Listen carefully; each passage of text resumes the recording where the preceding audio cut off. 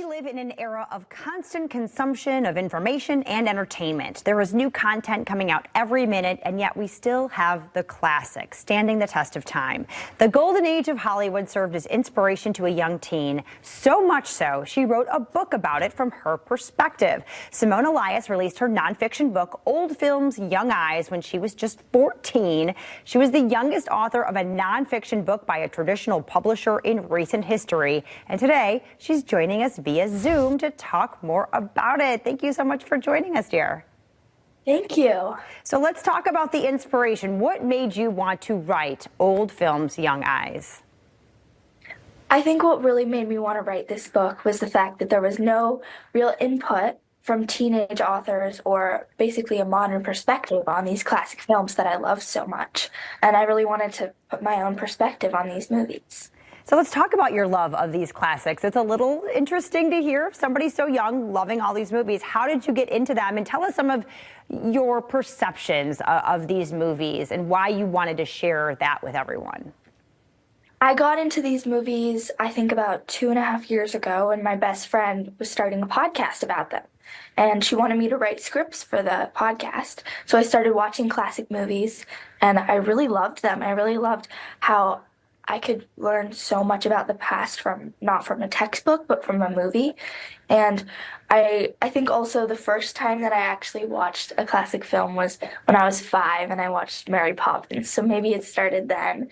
But about 2.5 years ago, I started realizing that I could learn a lot more than people tell me from movies. So I think some of my favorites that really shed light onto the time are Call Her Savage from 1932, The Women from 1939, like all the Audrey Hepburn movies. Those are my favorite ones. But I think all the ones I wrote about in the book, I had to have some modern perspective on it. And let's talk about that. What kind of themes do you see running in these old films that you still see holding true today, that you hope that people take from these? The themes, I think, are ever present because storytelling has existed since the beginning of time, and it doesn't really matter what era you're telling a story. There's still the same themes: struggle and love and hardship. And humor too. Even though the same things might not make us laugh, a lot of things do. So I'll find that the screwball comedies from the 1930s can still make you laugh today. They're still very funny. And so there are a lot of themes that just don't change throughout time. And I don't think we should be throwing these movies away just because there are a couple things that are outdated.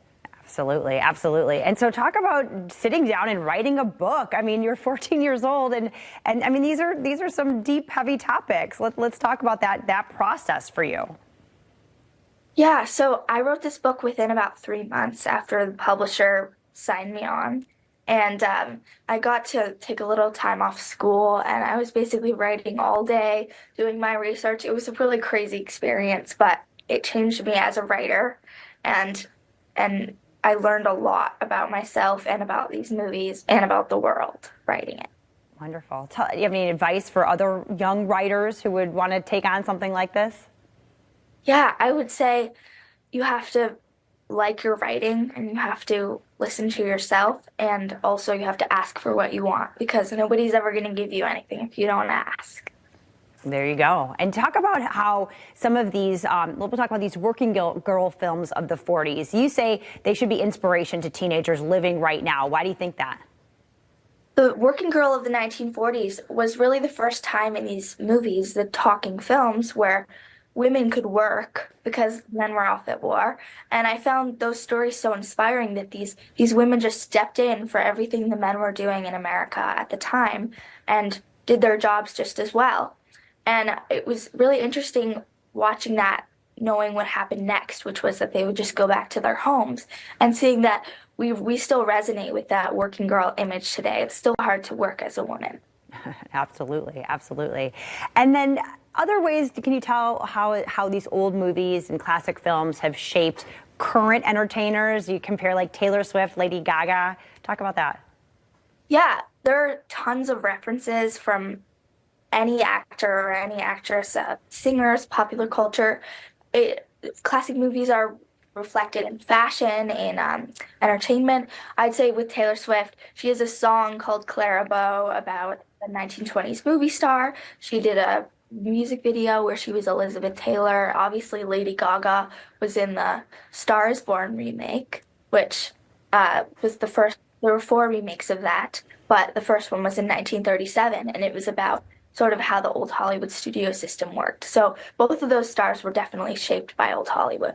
Wonderful. All right, you do so much, girl. You're still doing podcasts. What's next for you?